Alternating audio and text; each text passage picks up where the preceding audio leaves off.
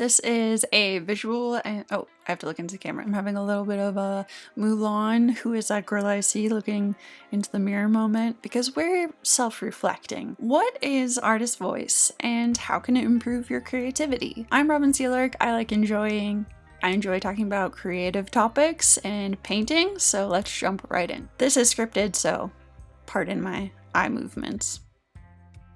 As we grow, we develop a sense of who we are, what we like, what we don't like, who we relate to or get along with, what things are important to us, etc. In moments where we make decisions, we either proceed forward following our historical behaviors, or we do something new. A sense of self can be rigid, fluid, adaptive, or seasonal. I've certainly had seasons of my own self-perception. Because identity derives from a combination of your past and present values, your future ideals, and your current actions, when your values and actions mismatch, it's confusing. You imagine yourself one way, behave another, confusing. Try to express authentically and aren't sure what your authentic vision is, confusing. Creative people are often driven by a desire to produce work that they are proud of, work that represents them well. This can be an elusive drive because we can't always predict what we truly want without some trial and error. Recognizing, fostering, and representing our artistic voice takes a combination of practical art skills, self-mindfulness, and creative translation. But what is an artist's voice truly, and how do you develop its presence in your art? This topic has been circling my mind for a month since I saw a short by the account Artlist discussing how do artists come into their voice? How do artists come into their voice? My interest has also been strengthened by the release of Inside Out 2, so if you're interested in exploring more ideas on forming self, I do recommend it. Big fan. Artlist speaks from the viewpoint of an art historian and explains that artists are trying to communicate through their creations, going on to speculate how you can tell if an artist has found and is creating from their authentic voice. Artlust, or SEMA, described artist voice as being observable through 1. A sense that the artist is happy with what they're making, and 2. Enough positive audience response affirming the artist's direction. What do we think about that? I think I need more. The short was enough to spark my interest, but I have questions, like if wide audience validation is an indicator that an artist has found their voice, how do artists decipher and maintain authenticity and creative independence?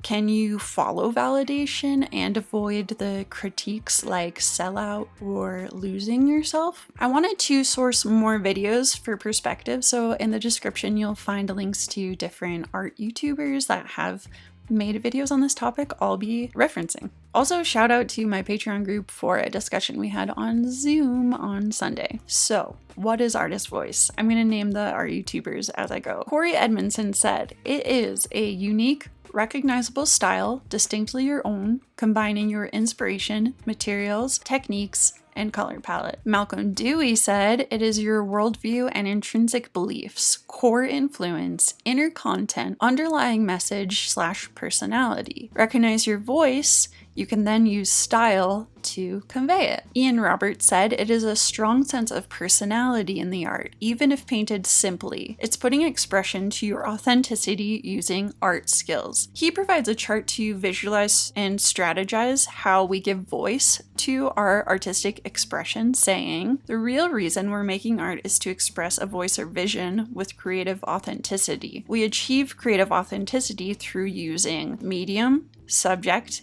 and technique in a composition. Skills in putting these together allow us to articulate our vision.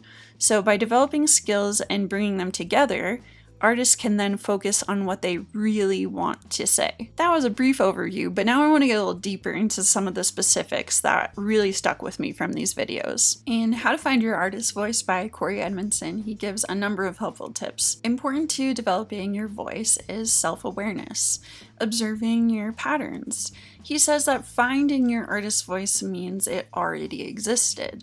So it's good to look back on behaviors, emotions, things that are repeatable and stand out to you from your life. Going off of that, I had the thought that aligning with your core values, finding your people, recognizing what cues you look for to emulate in your creative community can be helpful in allowing you to greater develop your self-awareness, to sink deeper into the places that you find home and self and comfort best. Once you're doing that, you're going to be able to find good influences and people to help educate you along the way. Next was process. How do you like to move when you make? He encourages to find ways to get up and be physical in the creative process as a way to experience and create experience with the things that you're making.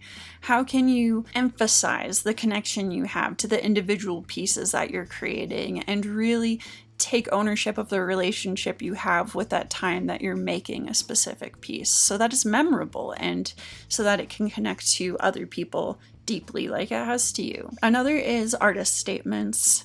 Putting your thoughts and inspiration to words, what it is and why it is you love what you do and make what you make. Through having some verbalization of this, you can hone in better on your intended direction and also create a connection point for audience members who might not be able to interpret the artwork on their own in the same way that they can once they get some vision from you as an artist. Or with a little added self-awareness from the artist embedded in the artwork to help guide their experience with viewing it. In Why Your Artist's Voice and Style Are Different, It Matters by creator Malcolm Dewey, he explains that artist's voice comes with mistakes and requires regular practice to improve ability in communicating your voice, saying, your cause doesn't have to be big, romantic, or will-changing. It's what you find important and want to express from your inner self. So most importantly, are you being true to yourself first? In a really helpful example he gives comparing the landscape styles of Monet and Van Gogh, he explains that Monet loves nature and is fascinated with color changes through varied light, depicting focus on atmosphere and mood, while Van Gogh works with intense emotionalism and inner turbulence. Voice through style and using vigorous brushstroke. Another thing I might add is probably the use of red in some of his compositions. Red where it wouldn't normally be seen, but we think of red as a more aggressive color, and if we're thinking of Van Gogh through the historic lens of some of the emotional things that he went through during his life and time as an artist, those little cues like brushwork, like perspective, like color choice do tend to make a different image overall than when you compare it with the softer, more muted pastels and idyllic images that Monet was making. It was in this video that I heard an answer to my question, is success important to artistic vision? He's the one who cautioned that in this theory is the potential to sell out, become so desperate for recognition you forget who you are, and he cautions that conformity is not the answer. Focus on voice and develop skills in that direction. Get to know yourself, and the purpose behind your work will open things for you. On the distinction between voice and style, he explains artist's voice encompasses their unique perspective, personal experiences, and artistic intuitions.